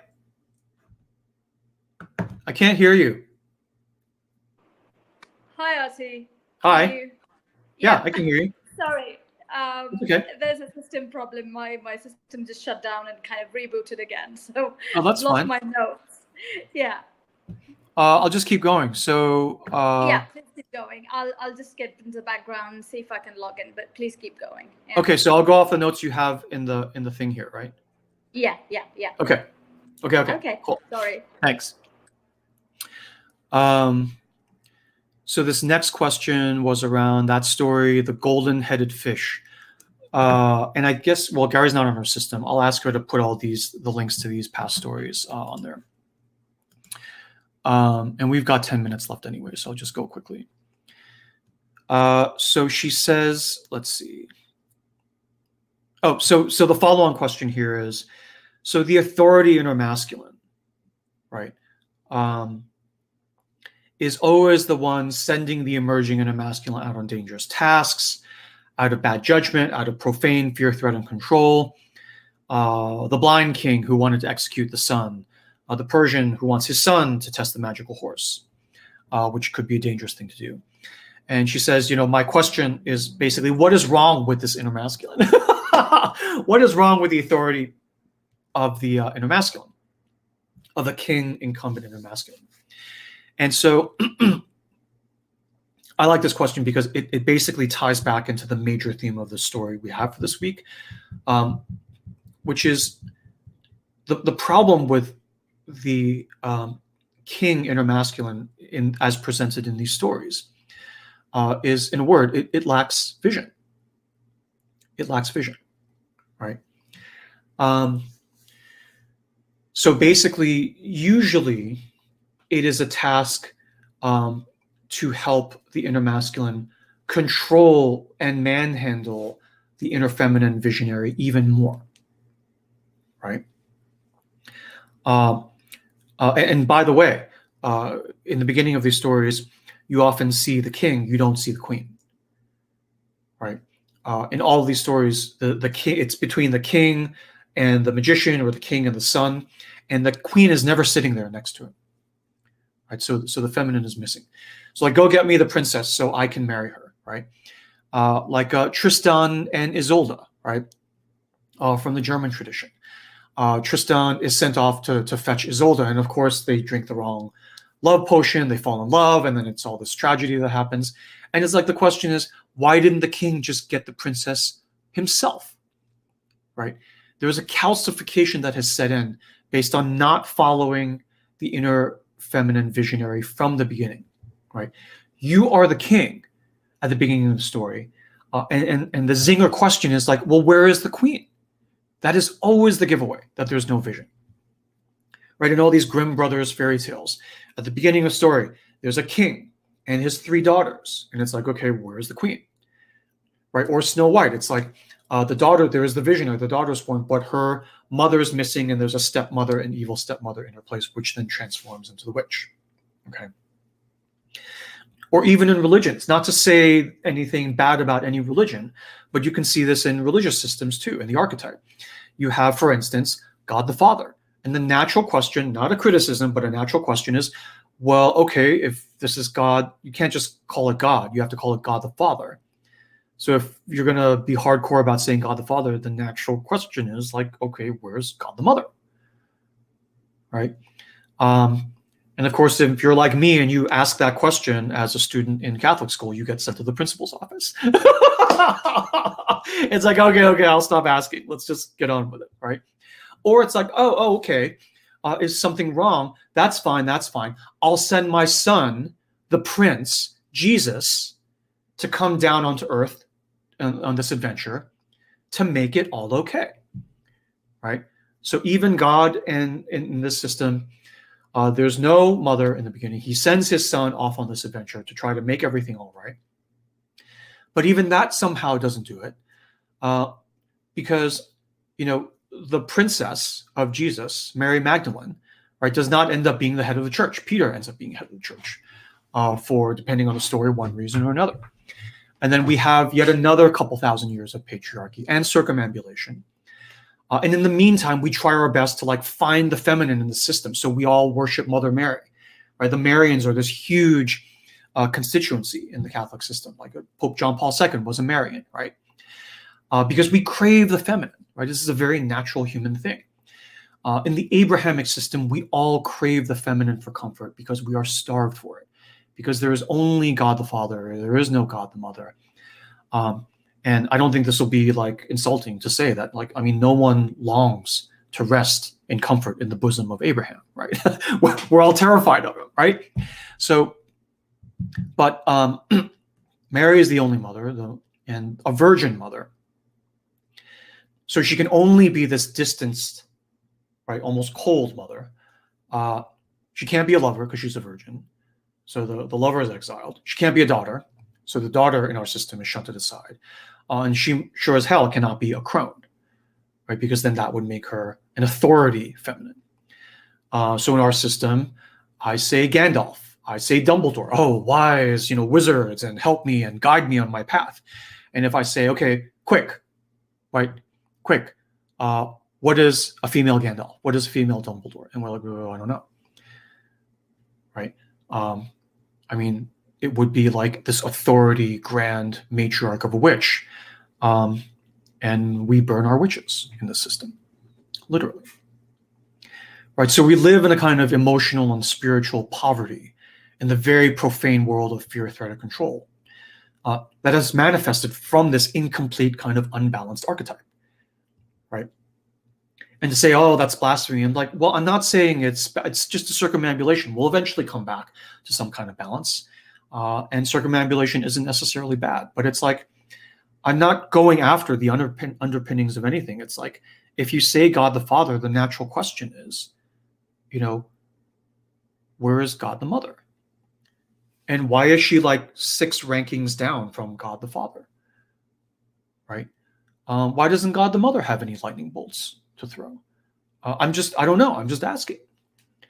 Right? And all the conservatives were like, marriage is between a man and a woman. It's like, all right, so you've got God the Father. Where's God the Mother? I mean, at a certain level, right, especially here on Mother's Day talking about this, the key litmus test for me of any religion or spiritual practice is, do you feel any threat? Right? Like in the Christian system of like unconditional love and Jesus is going to save everyone. So like when you go into any specific church, is the attitude, yeah, come on in, or you don't have to come in. Even if you don't come in and join our church, we're all saved anyhow. You're saved without condition because the love of God is unconditional. So you can go out, do whatever you want, and you're going to get into heaven anyway. Don't worry. Right? When was the last time you heard a Christian church say that to you? Right? Or is it like, yeah, you better join our church because you're a sinner, you're a poor slob, you're going to hell, and you better join our church because if you join that church over there, even though it's got all the crucifixes and everything else, and they sing the same songs, if you join that church, you're still going to go to hell. You have to join this church, not that church. Right? And so the litmus test is threat. I mean, if I point this out, everyone can say, no, we don't really mean that. And they start backpedaling and walking back. So the real litmus test is not even the spoken threat, but do you feel threat as a felt sense in your body? Right? And I'm not saying leave your church or anything. I mean, do whatever you want to do, right? But an interesting question is, do you feel threat as a felt sense in your body? What does threat feel like in your body? I don't know what it feels like in your body, but in my body, threat feels like clenching. I'm just tight. Everything's tight. And I find that in the profane, we are always clenching because there is threat everywhere. When you walk through the market, you got to clench and keep your hand on your wallet or else you will lose it. And that's okay. I'm not saying don't clench. But when you go to some place where it's trying to elevate you, where you're trying to find the meaning and purpose of your life, why are we here? What is the authority from above that guides us, right? And they say all of this is sacred, right? The litmus test for me is, do you feel that clenching feeling of felt sense of threat in your body? Okay, so we're basically at time here. What are we doing here? Yeah, I think there's... Okay, I think there's 2 more.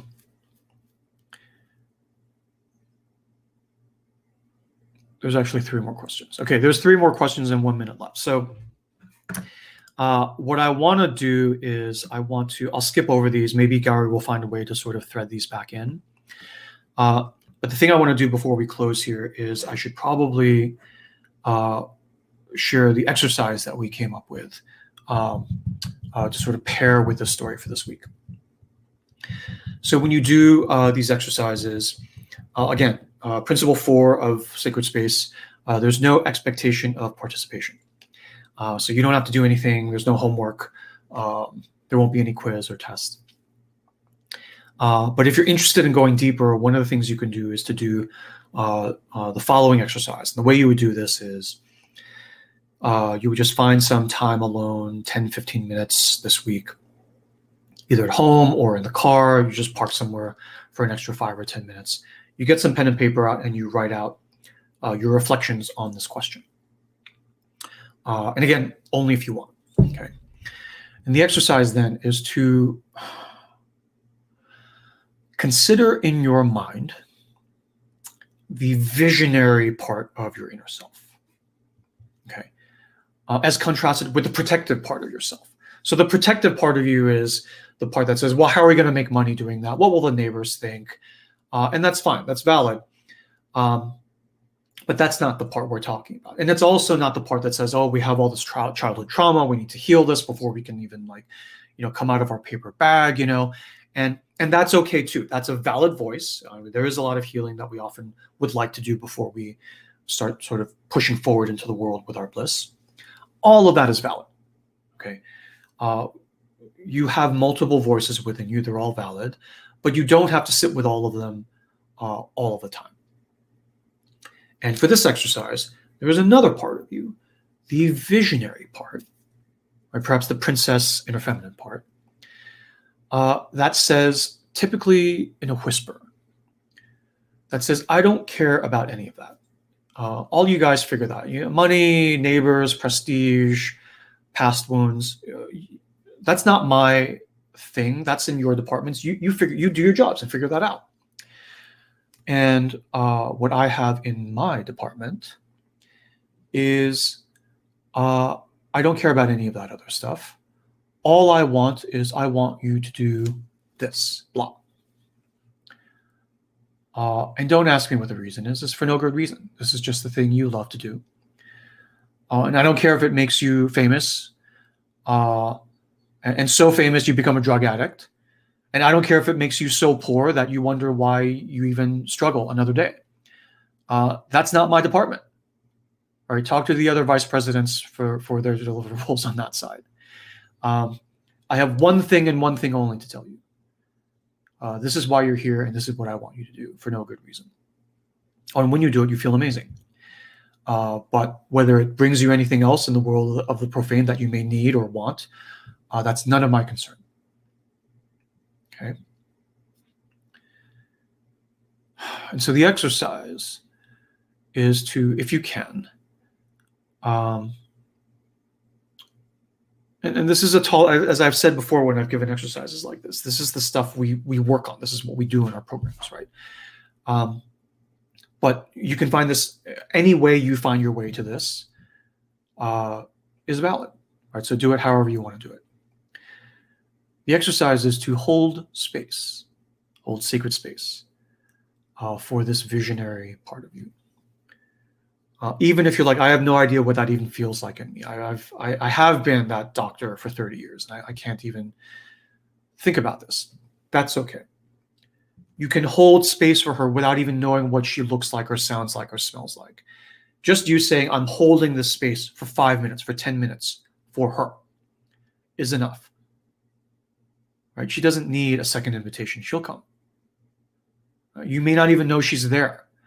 Right after you've been holding this 5 or 10 minute space for a year, you may be like, I don't know, she never comes. I guess I've lost my chance. I've lost the princess. She's never going to come. She's mad at me. And then this whole time you'll like maybe turn and you'll be like, she's right there. She's been there the whole time. You just have not had ears to hear or eyes to see. And that's okay. It happens like that all the time. This visionary part of you who delivers a gossamer strand of the golden thread to you every morning before, like in that William Stafford poem we read over a year ago. She's the one that delivers this golden gossamer thread to you every morning before you always break it with a shrug. Oh, whatever. I got to get my coffee. I got to get to work. Instead of doing that, you hold space for her. You can set a timer for 5 minutes, for 10 minutes, alone in the car with a pen in your hand. And you let her barf out everything she would like you to do. That's a tall order. But for those of you who have been in sacred space with me for 2 hours a week for now 60 weeks, I think there is a chance that you have some flavor of what this held space feels like. Okay. So the exercise, only if you want, no pressure, is to create the space for your inner visionary. Not for 2 hours, just for 5 minutes and set a timer. And just see what she says. Now, you don't have to do this if it's scary. Because if you have not done this very often or ever, it will feel terrifying. And that's okay. Okay? I'm not asking you to brute force yourself to do it. Perhaps, I mean, even in considering this exercise and then later saying, hell no, I'm not going to do that. Even in this space, we're kind of de facto holding space for her for 2 or 3 minutes. Okay. If you do get up the courage to actually hold space for alone, one-on-one for 5 minutes, bravo, that alone, whether you hear anything or not, is fabulous. Okay. And very difficult and very terrifying. If you do manage to get anything down on paper, take it, fold it up. You don't have to read it right away. You can lock it away for 6 months, set a little calendar reminder to come back and peek at the paper again in 6 months. It's fine. At least it's there. Right? And next time you won't have to go through all this. You just need to open the paper, which is almost more terrifying because it's just going to hit you, whatever it is you've written. Right? So it's stepwise setting yourself up for the next bit of progressive exposure and disclosure. So the next time, all you have to do is open the piece of paper and look and see what it says, and then slam it back down and leave it for another 6 years. And that's okay. That's okay. You're not a dunderhead. You're not a failure if you do that. You're just human. It is terrifying, right? And if you're like, well, how will I know? It's like typically, not always, typically, you'll know because it's terrifying. This is the nature. This is the nature of the lopsidedness. When we live in a world that's like 99% profane, when you start to peek into the sacred, it's like when you see the grand vision and you look at your life in the profane, you're like it doesn't look anything one like the other. You're in a skyscraper and it's like, no, log cabin, but 100 acres all around you. And you're like, that's not what we have building the infrastructure and systems and processes for in our lives for the past 40 years. So what do we do? Right? What do we do? So you don't have to do any of that. No expectation of participation, no fear, threat, or control to say you have to do any of this. If you're like, I think I will never come back to another sacred space session ever again, and I will never do any of this, like, what is this? This is like hippy dippy spiritual stuff. Forget it. And if that's how you're feeling right now, I hold space for you. Right? I hold space for you. After reading a story like this, I hope that I would certainly be the last one on earth to try to force you forward into this without asking your consent. Right? You do what you want. You are the sovereign of your own life always. And here I'm just goofing around in our nerd sacred space session every week for no good reason. All right, so that's the exercise for this week. Only if you want, only if you want. And then so now I'll go ahead and close the session. Our next session is next Sunday. It's free, open to the public. Feel free to invite others. I'll just drop the link. Oops. I will attempt to drop the link in the chat. There we are. And I'll drop the link in Facebook chat as well. Okay. Invite others only if you want. And I'll go ahead and close our session. So our next session is next Sunday, same time. No changes for now. If there is, I'll send out an email. So I hereby close this session of our shared sacred space. Thank you for holding this space with me and with us. And thank you for sharing the nourishment, the emotional nourishment, and the spiritual nourishment of this shared sacred space with us. I give you my blessing. Go in peace, bestowed with blessing, free of fear, free of threat, and free of the undue control of others. Have a great day, have a great week, and I will see you all in the next session. Happy Sunday, happy Mother's Day, and thank you so much.